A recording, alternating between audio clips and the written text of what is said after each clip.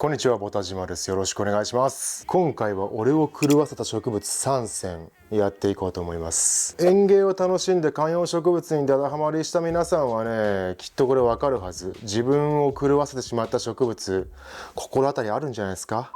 僕も何度か動画の中で言ったことがあるんですけど、僕が植物にハマったきっかけだったりとか、僕がこれを買っちゃってからもうおかしなったぞっていうのがね、3つあるんで、今回はその3つを紹介しながら僕の園芸のこだわりなんかも最後にねお話しできたらなと思いますので、最後までご視聴いただけると嬉しいです。てなわけで早速いきましょう。1つ目はこれですね。アガベ。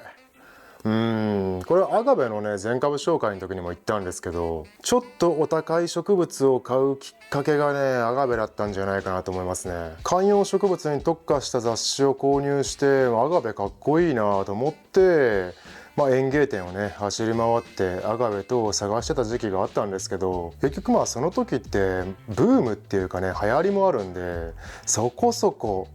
全体的に高かったんですよね。今も高いやつありますけど、こちらチタノタ農大ですけど、今だとねいくらぐらいかちょっと僕も調べてないけど、当時はね1万とまでは言わないですけど、それなりに高かったですよ。でこっちはいただき物ですけど、僕が購入したアガベでそこそこ高かったなって思ったのがやっぱりブラック&ブルー。ちょっと見にくいですけど、ここに小株ついてますよね。今ここについてる小株より小さいひょろい状態でうん千円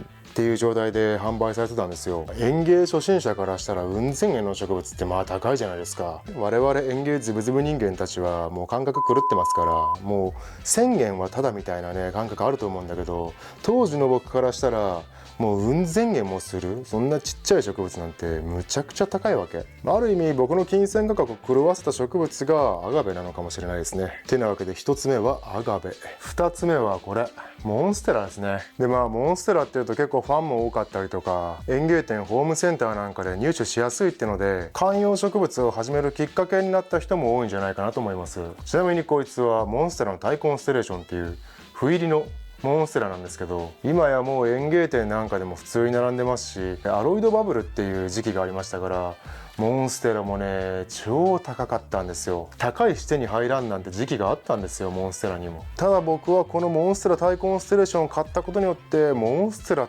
て超やばいじゃん、超綺麗じゃんっていうのに気づいちゃったんですよね。そのきっかけになったこのモンステラタイコンステレーションもそうだし、モンステラ全般、こいつも俺の人生を狂わせましたね。でもしこれからモンステラ、こういう斑入りのモンステラ始めてみたいよっていう人がいるなら、モンステラってデリシオサとボルシゲアナっていう大体2個なんですよ。デリシオサってものを買うと結構大きくなりやすかったりとか、モスポール等を立てなくても自立してくれたりとか。おすすめありますかって言われたらタイコンステレーションおすすめしますね。育てやすく美しいって正義じゃんね。てなわけで2つ目はモンステラ、最後はこいつビカクシダ。これビカクシダのリドレーっていう品種ですけど、これはね見たことある人も多いと思います。ザ・ビカクシダって感じがしてかっこいいでしょ。鹿の角って感じがしてね。これもね僕が沼にはまった人生を狂わせた植物の一つですね。うちではそんなに高級な株って持ってなくて、原種ばかりでわりかしリーズナブルなものばかり育ててるんですけど、そこが人生を狂わすんだよね。買いやすいのももうダメよ、狂うよ。このリドレーにはちょっとエピソードがあって、僕どうしてもビカクシダのリドレーが欲しくて毎週のように園芸店4店舗ぐらい回ってた時期があったんですよ。今だとね結構手に入りやすい植物ですけど、僕が探してた時はね本当になかった。というかビカクシダがそもそも売ってなかったんですよ。でも探して何週も行ってようやく見つけたこのリドレー。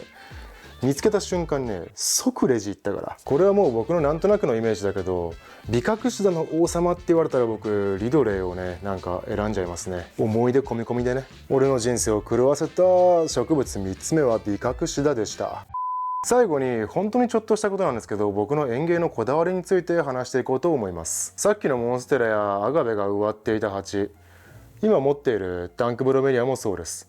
僕ねキクバチがめっちゃ好きなんですよ。ちなみにこれはファンも多いエクメアトリアングラリスで、こっちがホヘンベルギアレオポルドホルスティ、タンクブロメリアやアロイドアンスリウムアガベもそう。僕ね大体キクバチに植えるんですよ。キクバチの好きなところって鉢の縁に返しがついてるんですよね。この返しがついているおかげで植物を運ぶ時に指をかけられるんですよ。これがね、大きな鉢になればなるほど効いてくるんですわ。小さい植物だったり軽い音で育てていると、いや別にここにね指引っ掛けられなくてもこうやって取ればいいじゃんって思うと思うんですけど、そうもいかんよ。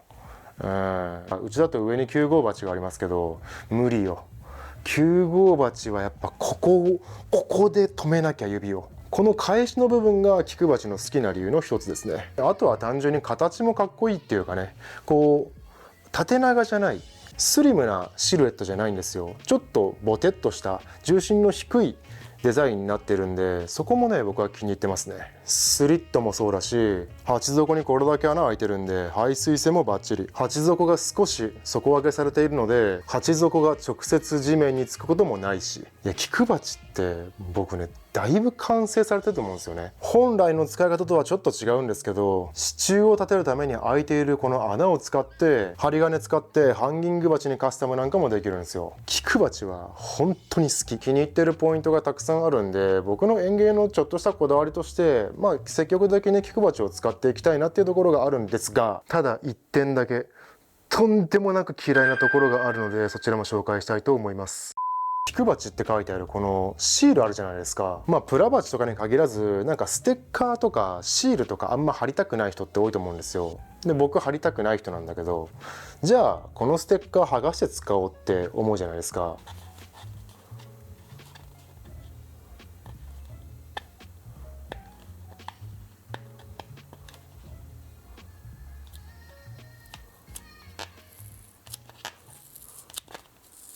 やばいでしょ。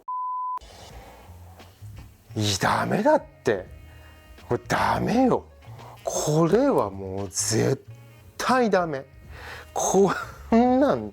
許せないでしょ。こちらもね結構人気のある根っこ強しっていう黒いねプラ鉢があるんですけど、これも気に入って最近よく使ってるんですけど、ちょっと見て。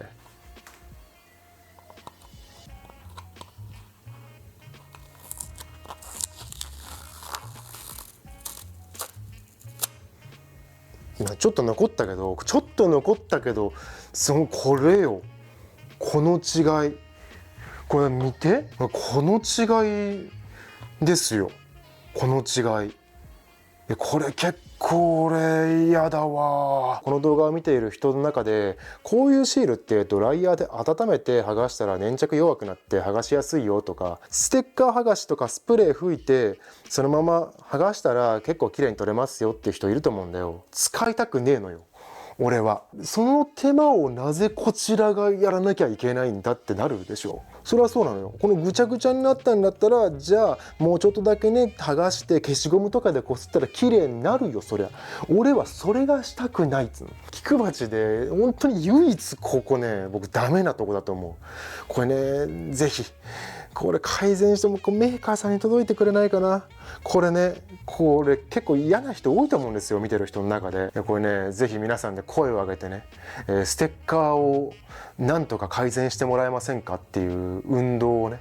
続けていけたらいいなと思います。てなわけで今回は俺の人生を狂わせた植物3選と俺の園芸のちょっとしたこだわり、菊鉢大好きすぎる、ただ菊鉢ってステッカー超剥がしにくいよねというお話でした。この動画が面白かったらぜひチャンネル登録と高評価ボタンを押して応援していただけると嬉しいです。また次回の動画でお会いいたしましょう。ありがとうございました。ボタジマでした。